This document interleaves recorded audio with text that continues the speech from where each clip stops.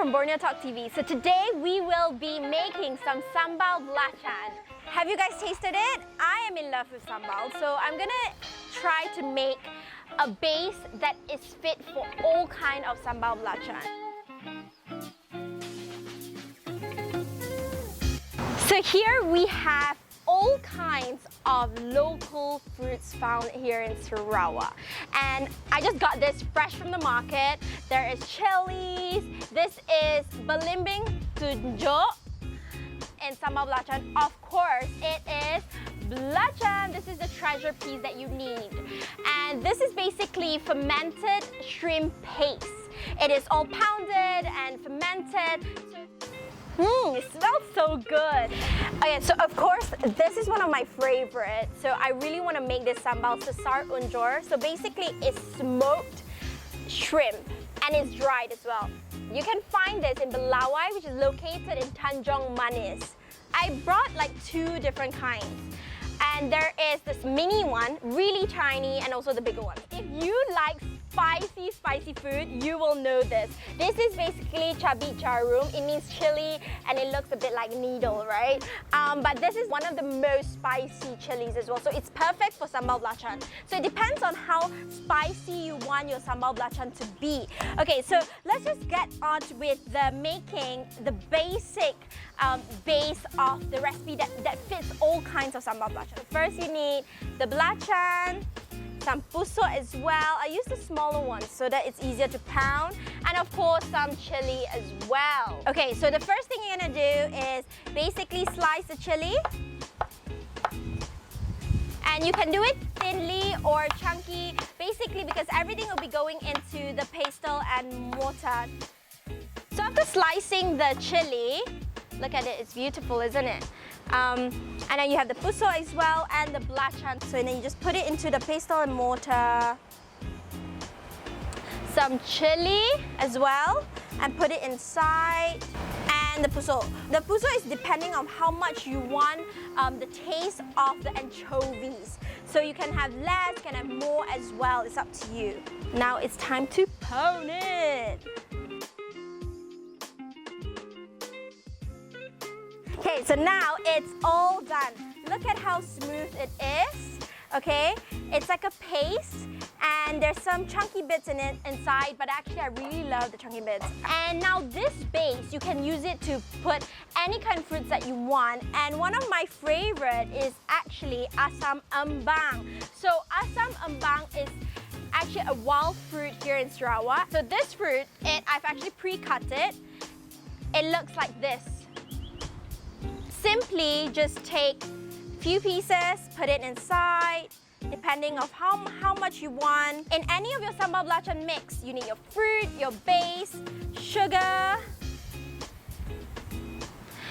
You can add a bit of salt, just a tad bit, and pepper as well. So don't pound it because you don't want to lose the asam ambang taste, because you really want to taste the flesh. What I'm gonna do is, after just stirring it, I'm just gonna mix it. If you feel that the sambal's a bit dry, feel free to just add a tad bit of water and just mix it as well. That is also possible. But if you don't want it too wet, you can just put a bit of sugar, like I said before, and it's ready to eat. Okay, so you look how there's still the chunkiness of the asam ambang. That's what you want, because when you have it with the rice, it's amazing. So similar to the asam ambang, what other sambal belacan that you can do is, this is actually asam apple. So the locals told me it's called asam apple because it looks like an apple. So when I cut it, it looks like this. It looks similar to like a mango, but it's not. It's quite sour.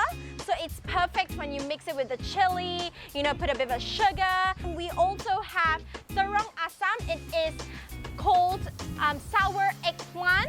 That once you cut it, it looks like this. And actually, famously used in asam pedas or even making soup. It's really delicious. I love this so much.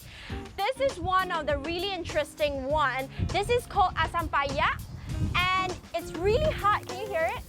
You can even make a song out of it. You can cut it with a knife,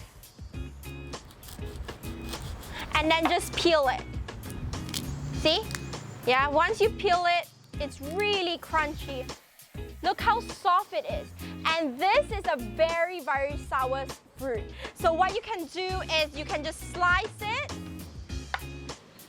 Look at how the flesh is. Because there's some juice in the fruit, you don't actually always need to add in water. So you can just see how it goes, you know, like what we always do. My grandma always say, aga aga, right? So, and then you can just mix it with all the sambal belacan that we have left. But one of the ones that I want to look into now is actually, this is belimbing tunjuk. And actually, if you look at it, it looks like star fruit. Belimbing is basic star fruit, but it's a really baby version. And once you cut it, it looks like this. Okay? And it's super, super sour. Oh my god, it's so sour. This is what we have done for the sambal belacan. The one recipe fits all. Just add it in.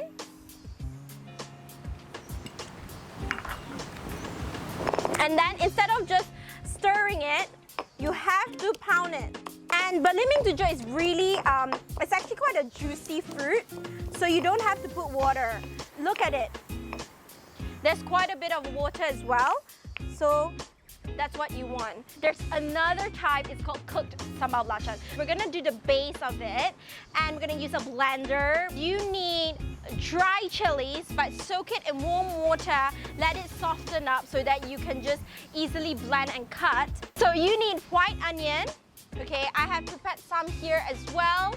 Okay, so we're gonna cut it. And you also need pusok. I'm gonna use the bigger one this time. Okay, what you're gonna do is, of course, you still need your belacan. Because it's going into the blender, it doesn't have to be so pretty, but just chunky cuts, okay? And then you have also the dry chili, just cut it as well. So all these cut pieces, put it inside. And of course the pusok as well, belacan. And then you can put a bit of water so that it's not too dry. And then you just blend it. Now it's done. So easy. Look at the beautiful color of the chili. So what you're gonna do is, for this recipe, you can easily cook it with belimbing tunjuk, the one that we have tried with the uncooked version. You can use it as cooked version as well. And it actually really works well with pineapple. Once you blend everything, and it's time to fry it. And I'm going to put some oil. And then you just pour it in. So once it starts sizzling, you can put the belimbing in. Look at that. Yeah? But just keep cooking it.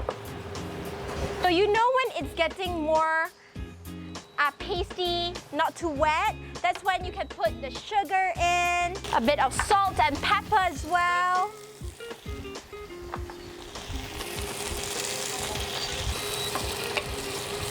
It's all ready.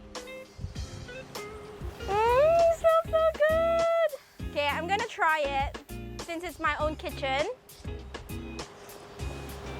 It really blends so well together.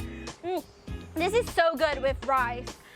So there are a lot of different types of fruits that you can mix with the uncooked sambal and also the cooked sambal. So it really depends on what type of fruit you use, what ingredients you want to mix well with, but you have the base so you can do and have fun with it.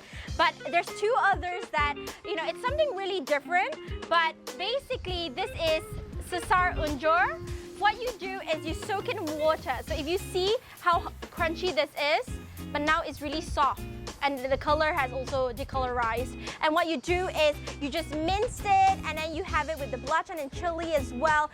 It works really well. So I did some here. I'm gonna show you, look how dry it is. but actually this is what you want. You don't want it wet because this is really yummy with rice or noodles as well. And one last one is what a lot of people start to make is also, this is ginger and anchovies. So you just minced it and then you mix it with the anchovies. But for this one, you need to fry it as well. And you can really smell the fragrance of the ginger. It's beautiful. So all these ingredients here, it's all locally sourced. Do try the recipe and let me know what you guys think. I really want to see your dishes. So do tag us at BorneoTalk as well. And don't forget to subscribe and like us. See ya guys. Thank you so much for watching our channel.